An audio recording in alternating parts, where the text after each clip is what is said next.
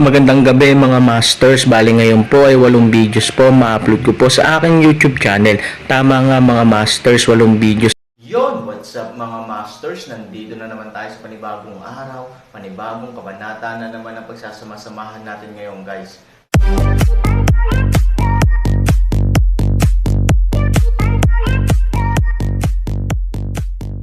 Bali mga masters, kung bago ka pa lang po sa aking YouTube channel, please click the subscribe button, lalong-lalo na po yung notification bell guys, para maging connected pa rin tayo sa isa't isa at maging updated kayo sa mga susunod ko pang video.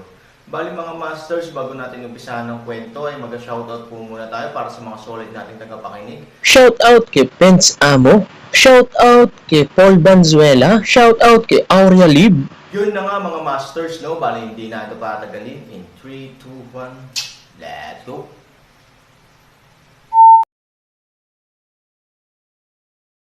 Pakiusap. Sinabi iyon ng nangungunang taga-nayon at tumalikod upang tahakin ang daan patungo sa Aaron, 3,000. Maraming tao ang nagmamadaling makipagsabayan sa Aaron. Sabi ni Bai Xiaosheng sa Jiang Ho, hindi ka ba talaga natatakot sa kanilang pananambang? Dati ay madaling araw, kaya pinalayas niya kami. Ngayon ay dumidilim na, ngunit ito ang pinakamahusay na oras upang tambangan. Tulad ng nakita mo dati, ang mga taong iyon ay hindi malapit sa isa't isa. Kaakibat ng kakaibang kasal, hindi na yata tayo dapat bumalik sa nayong ito. Oo, ang mga kakaibang taong ito ay maaaring may problema. Sa halip, maaari tayong pumunta sa gilid ng burol at magpahinga. 3,000, nagmamadaling payo ni Bai Xiaosheng. Ngumiti lang si Aaron. Hindi inisip ni Aaron ang mga ito, ngunit ang problema, anong pagpipilian ang mayroon siya? Kung talagang gusto ng mga taong ito na makitungo sa amin, magiging ligtas ba ang gilid ng burol? Napangiti ng mahina si Aaron, sa gilid ng burol, kami man lang ay nagpapakumbaba, at magagawa namin ang lahat. Kahit na maraming taga-nayon, marami rin kaming mga tao at mga kabayo. Ang lupain ay isang bantay ng karangalan. Kahit na ito ay dark, ano ang magagawa nila sa atin? Jiang Ho Baek Xiaosheng Road, tama ka. Ngunit hindi mo pinapansin ang isang katotohanan. Marahan na ngumiti si Aaron. Nang makitang nalilito si Baek Xiaosheng sa Jiang Ho, sinabi ni Aaron, terrain. Hindi kami pamilyar sa nakapaligid na lupain, ngunit wala silang pagkakaiba sa pagitan ng gabi at araw. Bagamat maaari naming panatilihing mataas, sino ang makakagarantiya na hindi sila aakyat sa ibang paraan? Ito ang kanilang teritoryo. Sa sandaling nagmamadali silang umakyat, hindi ito gaanong naiiba sa pagpasok namin sa nayon. Sa sandaling bumagsak ang boses ni Aaron, natahimik si Baek Xiaosheng at ang iba pa sa Jiang Ho. Oo, ayon kay Gao Ersho, bagaman ito ay isang paraan, sino ang nakakaalam kung saan nila ito madadala sa kanilang teritoryo. Kapag ang mga pakinabang ay nabura kaagad, sila ay magiging kanilang mga disadvantages. Magkakaroon ng kaguluhan sa hukbo. Dahil hindi naman sila kalayuan sa baryo, ilang minuto lang, nang mag-alinlangan sila, narating na nila ang pasukan ng village, please. Isa pa ang nangunguna sa nayon. Sa oras na ito, ganap na bumagsak ang kadiliman, at isang maliwanag na buwan ang bahagyang nakabitin sa hangin. Tumanggaw si Aaron at sinundan ang mga taga-nayon papasok sa nayon. Ilang sandali pa, bumalik ang party sa dati, pangunahing bahay muli sa harap ng pangunahing bahay. Halos walang pinagkaiba noon, maliban sa ilang bahagyang matingkad na parol ang nakasabit sa harap ng bahay at sa looban gayunpaman, sa oras na ito, ang mga parol ang mga mata ng lahat ay mahirap makita. Sinenyasan ng nangungunang taga-nayon si Aaron na pumasok, ang bilang ng mga tao ay napakalaki na ang Aaron ay maaari lamang humantong sa higit sa 10 gulugad na mga tao sa gitna ng karamihan at maglakad patungo sa pangunahing bahay. Sa tunog ng souna, ang masamang pinto ay dumating sa sukdulan. Sa pangunahing silid, magkahiwalay na nakaupo ang mga bisita. Nakatayo ang bangkay at ang binata sa harap ng bulwagan. Nakaupo ang matanda sa gitna ng main hall. Sa gitna, ang puting kandila ay marahan na nasusunog at ang mga salitang pang-alaala ay nasa gitna. Matapos ipasok ang Aaron at ang iba pa sa upuan ng panauhin, ang nangungunang taga-nayon ay mabilis na nagsalita ng ilang salita sa tainga ng matanda, at pagkatapos ay masunuri na umatras. Nawala ang dating sipon ng matanda. Sinulyapan niya ang Aaron at nag-hello sa isa't isa. Tapos tumango siya sa matandang katabi niya, pumasok ka sa kwarto. Sa pagsigaw ng matandang babae, ilang mga pula at puti, mga kabataan at mga katawan ang pinaalis. Nagulat sila Ning Yu, Shin Shuang at iba pa sa eksenang ito, hindi nila inikat ang kanilang mga ulo sa isa't isa, sa kanilang mga puso, sila lihim na nagpisil ng pawis para sa kahabag-habag na kasintahang lalaki na ang nayon ay nakatira sa labas ng mundo at kakaunti ang mga bisita. Mahirap sabihin ang mabuti sa masama kapag bigla kang sumulpat. Kaya nga sinabi ko sa iyo na maghintay na umalis sa nayon, ngunit ito ay pagsubok lamang para sa iyo. Dahil kaya mo umalis ng mapayapa, nagpapakita rin ito na hindi kayo masasamang tao kaya hinayaan ko ang mga tao na maabyutan kayo at mag-imbita sa inyo pabalik sa nayon, napangiti ang matanda pagdating sa harap ng Aaron. Kung magpaliwanag ang mga ordinaryong tao ito, Shin hindi gaanong mag-iisip si Shuang at ang iba pa, ngunit pagkatapos na makita ang napakaganda at kakaibang kasal sa nayong ito, halata na maraming tao ang puno ng hinanakit sa matanda. Tanging si Aaron ang ngumiti, nakikita ko. Pagkatapos ay bahagyang bumangon at sumaludo sa Tiyo Zhang. Oo, isang matandang lalaki ang nagmamadaling tumayo mula sa kanyang upuan, Yang Zia, maraming tao ang nasa ilalim ng iyong utos. Bagamat simple ang nayon, dapat mo ring gawin ang gusto ng may-ari. Dapat kang manirahan sa mga kasama ng batang si Zia at hayaan silang magpahinga pagkatapos kumain at uminom. Bamulong ang matanda, sige, gagawin ko na. Sabi ng matandang nagngangalang Uncle Zhang, tumayo at lumabas, Tiyo Niu, dumating na ang mga bisita. Mangyaring ayusin ang isang tao upang maghatid ng ilang mga pagkain. Muling sinabi ng matanda, oo. Tumayo din ang matandang tinawag na Niubo at umatras. Ilang saglit lang, maraming taga-nayon ang pumasok na bitbit ang mesa, at pagkatapos ay dinala sa mesa ang ilang kaldero ng gulay. Sa imbitasyon ng matanda, umupo si Aaron at ang iba pa, ngunit walang gana. Ang pananaw ngayon ay sapat na upang kasuklam-suklam. Kaakibat ng mga kakaibang ulam sa mesa, walang ganang kumain ang mga tao.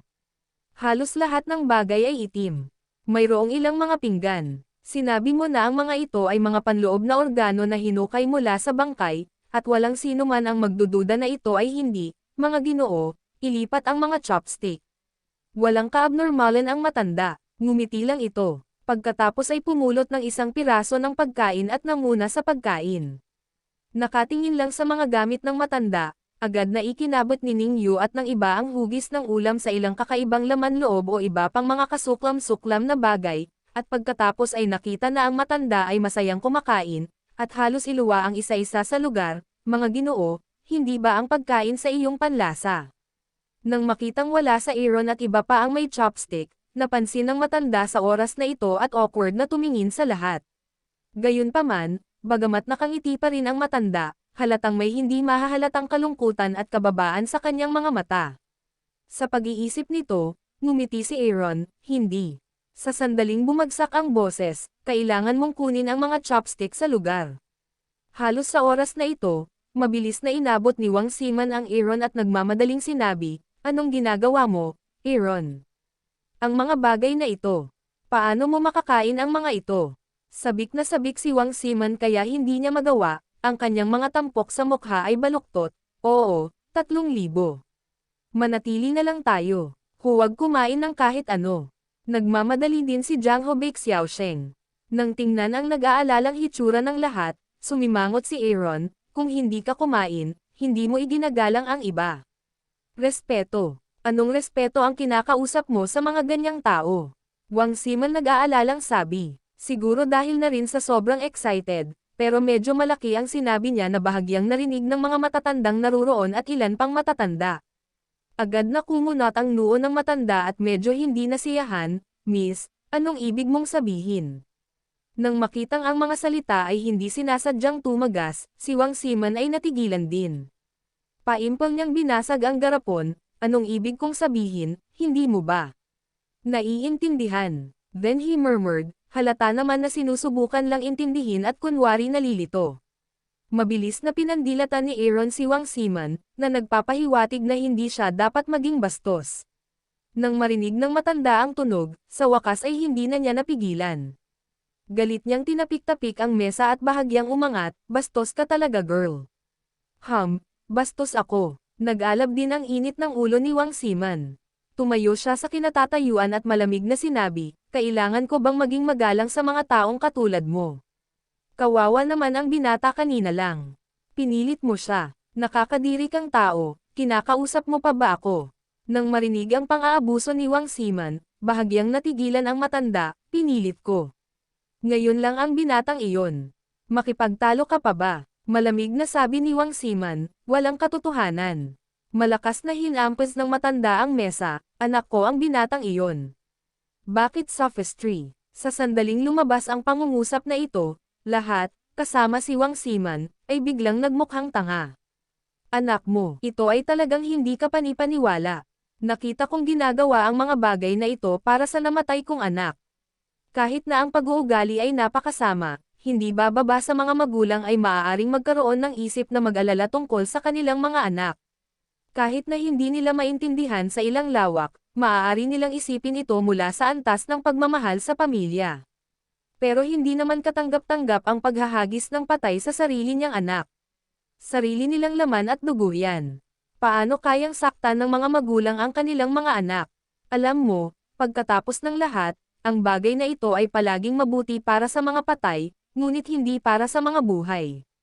Ang unang pagmuni-muni ni Wang Siman at ng iba pa ay hindi sila naniniwala dito, ngunit maingat na inaalala ng Aaron ang hitsura ng binata ngayon lang. Siya ay may masarap na panlasa, ngunit kailangan niyang aminin ang katotohanan na ang matandang kaharap niya ay talagang medyo katulad ng binata. Kung mag-ama siya, malaki ang posibilidad, ako ang pinuno ng nayon. Hindi man ako high weight, medyo sikat din ako sa village. Kung hindi ka naniniwala sa akin, magtanong sa mga tao sa nayon.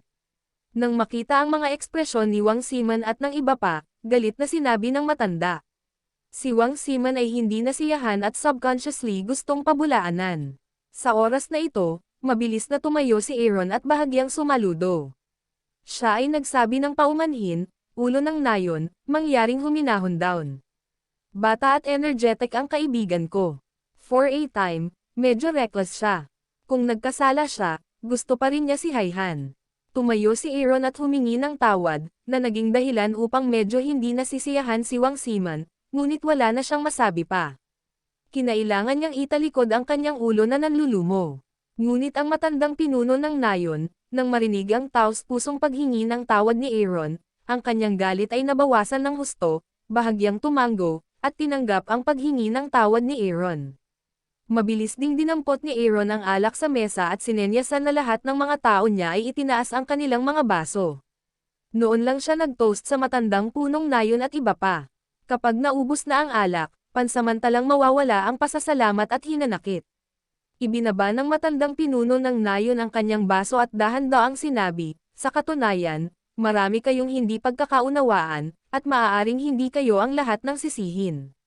Dahil doon, itinoon ng matandang pinuno ng nayon ang kanyang mga mata sa iba pang matatandang naroroon, at ang isang grupo ng mga matatanda ay sabay-sabay na tumango upang ipahayag ang kanilang pangunawa. Kung tutuusin, ang ating sariling mga gawain ay masyadong kakaiba. Natural lang, may ginagawa kang mahiwaga, o naglalako lang. Ang tingin ng mga normal na tao ay abnormal ka. Agad na minamaliit ni Wang Siman. Bagamat matalas ang mga salita ni Siman, hindi siya napigilan ni Aaron na magsalita sa pagkakataong ito. Pagkatapos ng lahat, ito ay talagang isang napakalaking pagdududa at ang pinakamalaking pagkalito sa puso ng lahat ng naruroon. Tumango ang matandang punong barangay.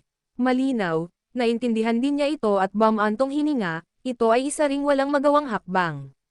Batang Zia, isa ka ring magulang. Natural, ang gusto mo lang makita ay ang kanilang masayang paglaki. Maging sibilyan man, matatanda o punong barangay. Kasabay nito, mapait na sumimangot ang matandang punong nayon at sabay inom ng isang tasa ng muggy wine. Tumango si Aaron at niyakap si Han Nayan nang hindi ito itinatanggi. Handa ang mga magulang na makitang masaya ang kanilang mga anak kahit na isakripisyo nila ang lahat, bilang punong nayon, gaano ba kahirap ang magpakasal sa manugang.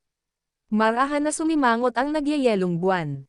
Kung kahit ang anak ng punong nayon ay nangangailangan ng bangkay, natatakot. Akong mahukay ng buong nayon ang random na poste ng libing, mas mahirap kaysa sa pagpunta sa langit.